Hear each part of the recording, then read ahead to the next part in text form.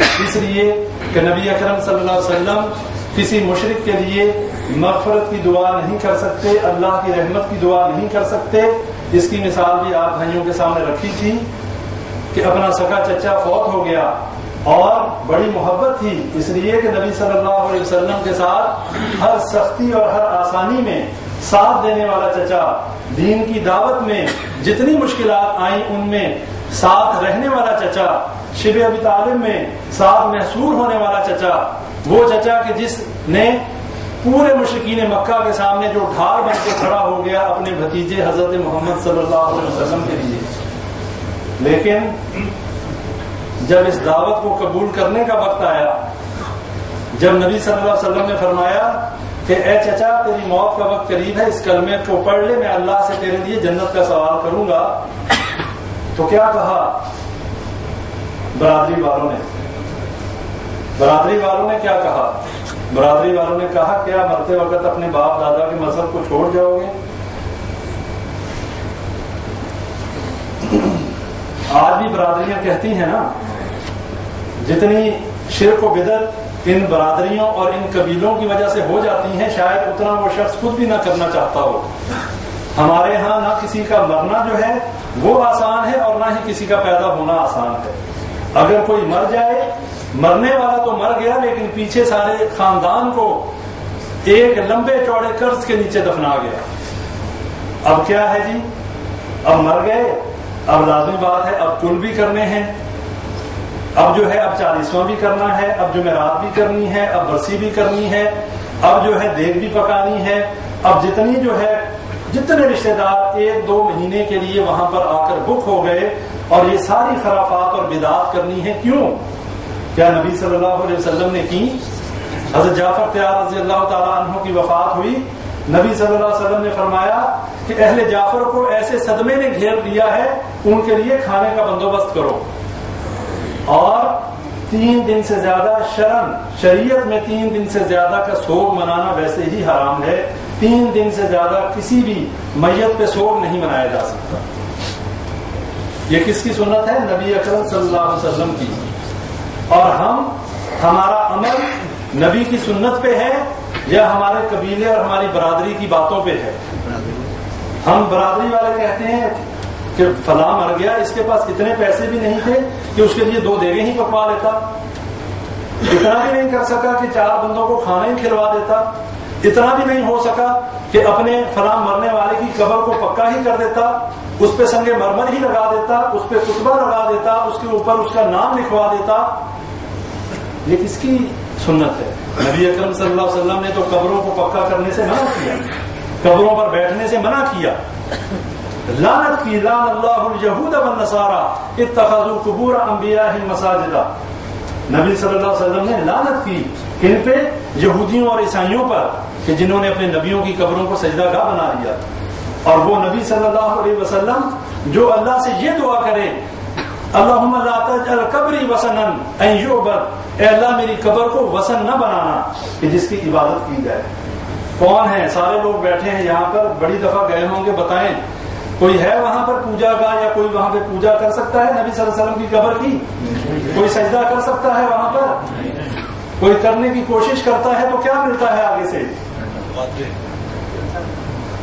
یہ نبی صلی اللہ علیہ وسلم کی دعا کا نتیجہ ہے، اور یہ دنیا کا اجر ہے، یقین کر لیں آخرت کا عذاب اس سے کہیں زیادہ ہے۔ وہ نبی اگر دعا کرے اور اللہ قبول نہ کرے، نبی صلی اللہ علیہ وسلم نے فرمایا تمام انبیاء کرام نے اپنی دعائیں اپنی زندگیوں میں مانگ لیں، اللہ نے ہر نبی کو ایک دعا ایسی دی کہ جو وہ مانگے اور قبول کی جائے۔ سارے نبیوں نے اپنی دعائیں جو ہیں مانگ لی، میں نے اپنی دعا اپنی امت کے لیے محفوظ کر لی، اور وہ دعا میں قیامت کے دن اللہ سے اپنی امت کی شفاعت کی شکل میں جو ہے مانگوں گا، اور اللہ اس کو قبول کرے گا۔ بھائیوں، کم از کم اس کیٹیگری میں تو شامل ہو جائیں ہم لوگ۔ ہمارے اعمال تو بہت ہی خراب ہیں، ہمارا کردار تو بہت ہی خراب ہے، ہماری زندگیاں جو ہیں وہ تو ضائع ہو چکی، لیکن کم از کم اپنے آپ کو ان لوگوں میں شامل تو کر لیں جن کے لیے شفاعت ہوگی۔ ایسا نہ ہو کہ زندگیاں بھی ہم نے ضائع کر دی، اعمال بھی ہمارے ضائع ہو چکے، نہ ہمیں اس دین کا پتہ ہے، نہ اللہ کی توحید کا پتہ ہے، نہ نبی صلی اللہ علیہ وسلم کی سنت کا پتہ ہے، کم از کم یہ عقیدہ توحید تو اپنا لو۔ میں اپنے گریبان میں دیکھوں، آپ اپنے گریبان میں دیکھیں، اگر یہ عقیدہ توحید ہمیں سمجھ میں آ گیا، اگر ہم شرک سے بچ گئے، تو یقین کر لیں کہ ہم ان لوگوں میں ضرور انشاءاللہ شامل ہوں گے کہ جن کے بارے میں شفاعت کی جائے گی۔ صرف خالی جمع خرچ نبی کے ساتھ صلی اللہ علیہ وسلم کے ساتھ محب رسول ہونے کے دعوے اور عاشق رسول ہونے کے دعوے جو ہیں یہ کام نہیں آئیں گے۔ ہمیں اپنے قول و عمل سے یہ بات ثابت کرنا پڑے گی کہ ہم واقعی نبی کے ماننے والے ہیں۔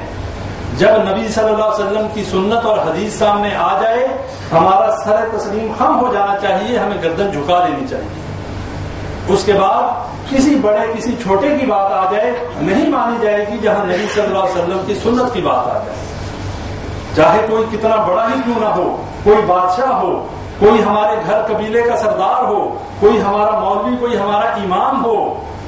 کیوں؟ اللہ قرآن میں فرماتا ہے اتخذوا احبارهم ورهبانهم اربابا من دون اللہ۔ کیا مانا؟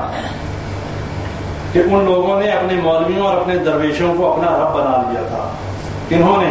عیسائیوں نے۔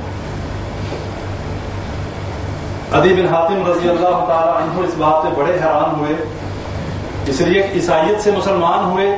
جب یہ آیت تلاوت ہوئی تو وہ بھی حیران ہوئے کہ ہم نے تو کبھی اپنے مولوی صاحب یا اپنے پادری صاحب کو رب نہیں کہا تھا، ہم تو کبھی، اور ہم میں سے بھی کوئی یہ بات نہیں کہہ سکتا معاذ اللہ، سارے اللہ ہی کو رب کہتے ہیں، لیکن پھر یہ بات کیوں کہی جا رہی ہے کہ انہوں نے انہیں رب بنا دیا تھا۔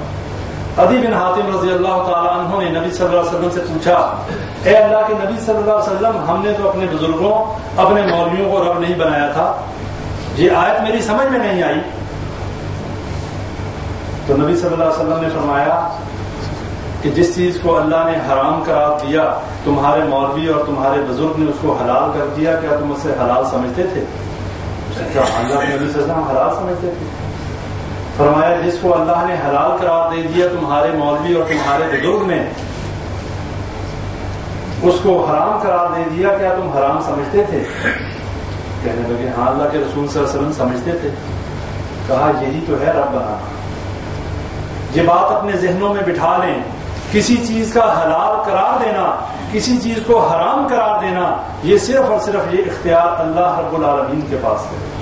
مخلوق میں کسی کے پاس یہ اختیار نہیں ہے، یہاں تک کہ نبی صلی اللہ علیہ وسلم کے پاس بھی یہ اختیار نہیں ہے۔ کیوں؟ قرآن میں آیات موجود ہیں کہ جب نبی صلی اللہ علیہ وسلم نے اپنے اوپر ازواج مطہرات کی وجہ سے شہد کے بارے میں کہا کہ میں شہد کا استعمال آئندہ نہیں کروں گا، اللہ نے آیات نازل کر دی کہ اے نبی صلی اللہ علیہ وسلم، آپ اس چیز کو اپنے اوپر حرام کیوں کرتے ہیں کہ جس کو میں نے حلال کیا ہے؟ کیا اپنی بیویوں کی رضامندی اور ان کی رضا حاصل کرنے کے لیے؟ فوراً اللہ تعالیٰ نے وارننگ دے دی۔ بھائیوں یہ بات ذہن میں بٹھا لیں، یہ شرک ایسی بیماری ہے کہ جس کا پتہ نہیں چلتا، کوئی شخص بھی اللہ کے برابر کسی کو نہیں سمجھتا، کوئی بھی یہ نہیں کہتا کہ فلاں اللہ ہے، کوئی بھی یہ نہیں کہتا کہ فلاں اللہ کے برابر ہے، یہ تو مشرکین مکہ بھی نہیں کہتے تھے۔ لیکن پھر شرک ہے کیا؟ شرک یہ ہے کہ کسی بھی ایسی اختیار یا ایسی صفات یا ایسا عمل جو خالصتاً اللہ ہی کے لیے ہونا چاہیے، اگر وہ کسی غیر اللہ کے لیے اس کو منسوخ کیا جائے، یہ شرک ہے۔ بے شک ہم اس کو اللہ کے برابر نہ سمجھیں، بے شک ہم اسے اللہ کا نیک بندہ سمجھیں۔ مثال کے طور پہ اللہ ہی ہمارا رب ہے، مالک ہے، مشکل کشا اور حاجت روا ہے، اگر ہم یہ عقیدہ رکھیں کہ فلاں بزرگ یا فلاں قبر والا بھی ہمیں اولاد دے سکتا ہے، ہماری مشکل کشائی کر سکتا ہے، یہ شرک ہے۔ کیوں؟ اس لیے کہ اللہ قرآن میں کہتا ہے والذین یدعون من دون اللہ لا یخلقون شیئا وهم یخلقون اموات غیر احیاء وما یشعرون ایان یبعثون، کہ یہ